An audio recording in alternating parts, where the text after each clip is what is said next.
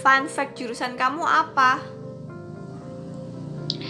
Jadi kalau di jurusan aku, menurut aku setelah masuk DI ini kita lebih peka sama lingkungan gitu. Kalau misalnya kita masuk ke kafe, restoran, bioskop, atau tempat-tempat itu, kalau misalnya ada warna yang aneh dikit itu peka. Jadi kayak, kok kayak gini sih? Jadi orangnya itu dituntut jadi perfeksionis gitu. Kalau misalnya kita makan gitu di meja itu kayak udah tahu, oh ini ukurannya segini gitu. Jadi udah apal di luar kepala. Sampai warna-warna itu kan kita ada kayak belajar perbandingan warna gitu. Oh ini warnanya analog ini, oh ini monokrom ini, gini. Jadi lebih peka aja sih. Terus enaknya itu dia itu belajar arsitek sama sipil. Orang-orang kan ngiranya desain interior cuma dekor-dekor perabotan rumah yang kayak di TV-TV gitu kan. Ternyata enggak, kita juga belajar material. Walaupun nggak ada matematika sama fisika sama sekali. Jadi itu enaknya sih. Gila, gak ada matematika sama fisika. Mantul. Sama sekali. Assalamualaikum warahmatullahi wabarakatuh. Apa kabar kalian semua? Aku harap kalian semua baik-baik aja. Di video kali ini aku mau ngobrol sama teman aku yang dari jurusan desain interior BINUS. Simak videonya. Jangan lupa subscribe, like, sama komen. Kalau kalian mau request jurusan apa yang harus aku ulik, komen juga. Halo, boleh perkenalan dulu nggak? Halo, aku Nadia Cecilia Baruta Barat. Sekarang aku kuliah di BINUS University Malang. Terus aku jurusannya desain interior. Wow, desain interior. Kenapa kamu milih di BINUS? Di BINUS. Jadi sebenarnya itu kan kayak siapa sih yang nggak pengen negeri. Nah, berhubung aku nggak keterima di negeri, jadi aku kayak lihat-lihat kampus swasta. Dan menurutku BINUS ini yang menurutku paling kayak menonjol. Soalnya dia itu kan udah kayak masuk di QS Work gitu, kayak bersaing sama PTN. Jadi kayaknya bagus gitu. Gitu sih. Oh gitu. Terus dari kan BINUS kan jurusannya banyak, kenapa kamu milih desain interior? Aku milih desain interior itu ya gara-gara awalnya suka banget gambar, kayak setiap hari gambar gitu-gitu. Terus aku suka lihat ruangan yang estetik gitu-gitu. Ya kayak anak zaman sekarang kan sukanya kayak Tumblr, bohemian gitu-gitulah. Jadi suka gitu, pengen belajar di situ. Oh, boleh tahu nggak dulu tuh step-step kamu daftar di BINUS dan jurusan desain interior itu gimana? Jadi awalnya di BINUS itu kita harus ngisi form dulu, itu secara online. Terus kalau misalnya udah kedaftar online, kita baru daftar registrasi secara offline di kampus BINUSnya. Itu kita baru bayar formulir pendaftaran, terus tes itu ya bayarnya sama sih kayak SBM gitu, segituan.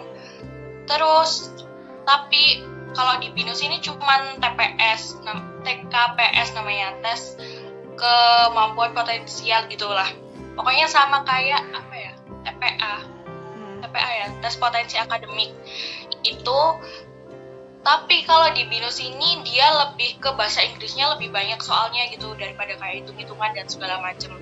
Terus kalau desain interior, aku ada tes tambahan, itu tes gambar perspektif. Jadi gambar di tempat gitu. Kita gambar terserah apa aja. Tapi ada soalnya, ada yang terserah kita mau bikin apa. Nah, setelah itu ada tes, habis tes itu pengumuman. Habis pengumuman ya udah kayak langsung nunggu aja, nunggu FYP. Kalau kampus lain biasanya nyebutnya itu ospek. Kalau di BINUS first year program. Oh gitu. Emang mau tahu dong akreditasi jurusanmu itu apa? Kalau dari BINUS sendiri akreditasinya itu udah A. Udah A. Binus Malang kan setahu Iya. masih baru ya. Iya, baru 4 tahun. Oh, udah pas 4 tahun. Oke, mau tanya di Binus Malang ada kegiatan apa aja sih yang menurut kamu mahasiswa lain wajib lakukan selain belajar? Selain belajar, di BINUS itu ada yang namanya itu poin SAT. Jadi kita itu ngedapetin secara seminar, kayak seminar-seminar gitu. Dan serunya itu kadang BINUS itu kerjasama langsung sama perusahaan yang gede, nggak yang kecil-kecil lokal-lokal itu jarang banget. Emang ada sih tapi jarang gitu. Terus ada juga kita itu community service. Kita itu di BINUS nggak ada KKN. Yang namanya KKN itu nggak ada dan diganti sama community service. Nah, kita itu perlu 30 jam. Jadi, itu kayak pengabdian masyarakat, entah kita itu ngajarin anak SD, anak TK, anak SMP, SMA. Itu setiap semester itu ada, tapi ya tergantung situasi sih. Kalau misalnya situasi online kayak gini, kita itu caranya dengan bikin video per grup, terus kita share ke sosial media yang kita punya gitu. Oh gitu. Berarti KKN-nya itu dari sekarang ya, nggak harus tahun akhir gitu ya? Community service ini Iya. bisa nyicil Iya, untungnya. Iya.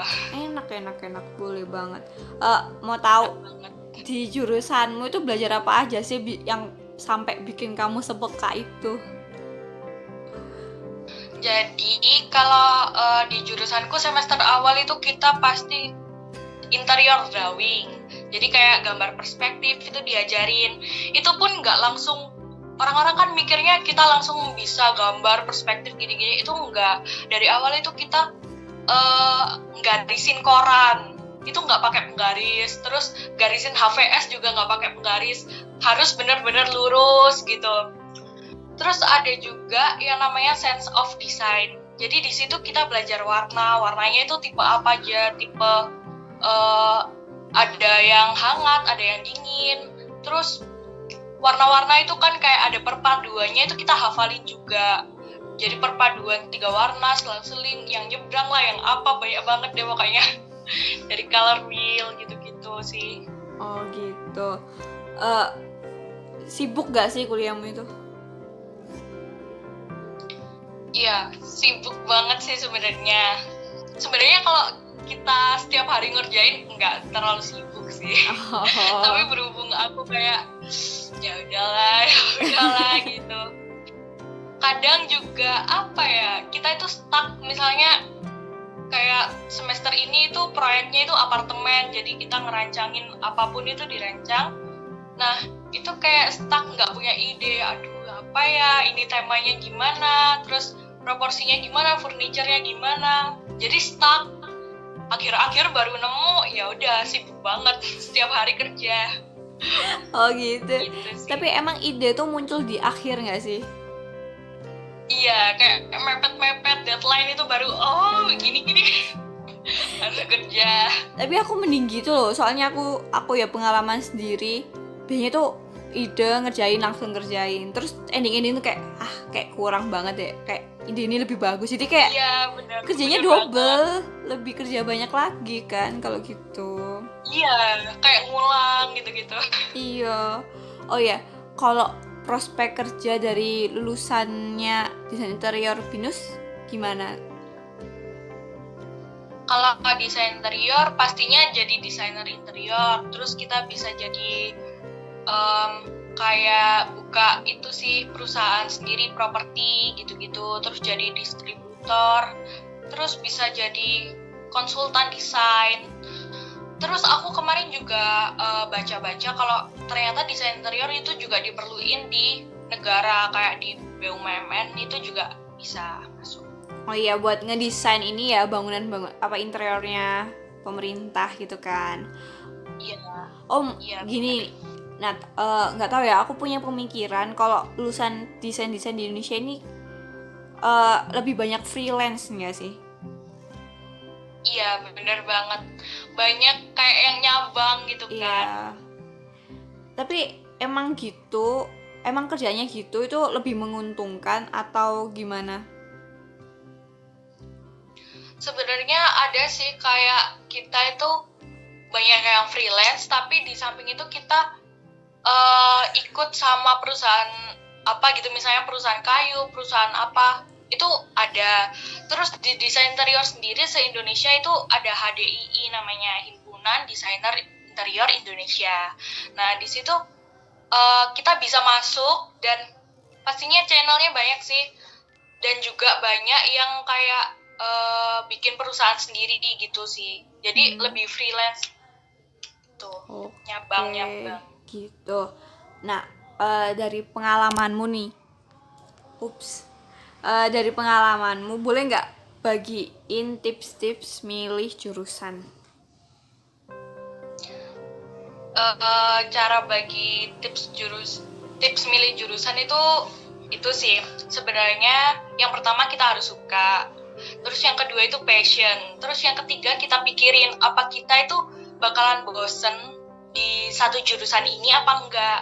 Nah, kalau misalnya ada gitu temen aku yang dulunya itu teknik sipil, dia tuh yakin banget kalau misalnya teknik sipil itu passion dia, terus setahun ternyata dia bosen. Nah, pindahlah ke kampusku, ternyata setahun juga bosen, akhirnya dia mau pindah lagi gitu. Jadi dia itu menurut aku kita harus nentuin mana nih yang kita nggak bakalan bosen belajar itu terus. Kan mungkin orang-orang kayak mikir di desainer enak ya gambar-gambar, emang gambar-gambar itu nggak bosen kan pasti bosen gitu. Jadi kita mikirin itu Udah, bosen apa enggaknya. demi apa kamu gambar itu bosen? Kamu bosen? Iya beneran, kayak setiap hari gitu kan, kayak misal kita deh baca novel tiap hari bosen kan, kayak stuck, aduh baca novel gitu. Oh iya ya, Gitu sumpah. ya kan. Iya paham. Ternyata bisa bosen juga ya anak desain. Iya bener. Oke, motivasi terbesarmu selama ini kuliah itu apa? Motivasi terbesar pastinya ya orang tua yang pertama. Yang pertama pasti orang tua sih. Yang kedua itu aku dari dulu itu pengen banget kayak gimana sih caranya biar aku itu menguntungkan orang lain gitu. Jadi kayak aduh kalau males dikit, aduh nanti masa depanku gimana kalau misalnya malah nyusahin orang lain kan gitu sih. Oke. Boleh nggak bagiin informasi dulu tuh habis berapa buat anak desain interior awal-awal masuk kuliah untuk persiapan alat-alatnya gitu? Iya, jadi yang kalau di aku sendiri tuh kita emang persiapannya yang pertama itu alat tulis. Nah, kita itu harus punya pensil itu mulai dari ukuran H, 2H sampai 8B. Itu ada sekitar berapa belas gitu ya. Nah, itu satu pensil tahu sendiri kan harganya berapa, 8.000. Nah, itu kalian sendirilah. Terus sama ada drawing pen, terus drawing pen itu juga gitu 0,05 sampai 0,8 itu kita harus punya. Terus sama penggaris-penggaris itu punya. Pokoknya cat kayak gitu-gitu sih. Dan kalau ditotalin bisa hampir 1 juta. Jadi siap-siap aja nabung dari sekarang. Oke. Kasih tahu Nat, harga penggarisnya berapa Nat? Harga penggaris yang paling mahal itu ada 150.000. Yang paling mahal itu cuma 1 gitu guys. 1. Kalau hilang gimana kalau hilang? Hilang nangis sih. Kalau hilang masih oh ya udahlah paling diambil teman. Kalau patah itu aduh. Itu Udah. menyakitkan sekali ya. Awalnya nih 1 juta ya, misal 1 juta perlu buat alat-alatnya. Untuk per bulannya gitu pasti ada kebutuhan lain kan. Kira-kira habisnya berapa per bulan? per bulan mungkin nggak sampai 100.000 sih. Yang wajib kita beli kertas gambar itu macam-macam, ada yang 1 lembar 500, tergantung kebutuhan kita. Kalau misalnya cuma gambar aja ya yang 500 perak itu aja. Kalau yang bisa cat air itu bisa 1 lembar itu 7.000 rupiah. Jadi ya kira-kira kurang lebih 100.000 lah per bulan. Sangat menyenangkan sekali di desain. Iya. Oke, makasih semuanya sudah nonton.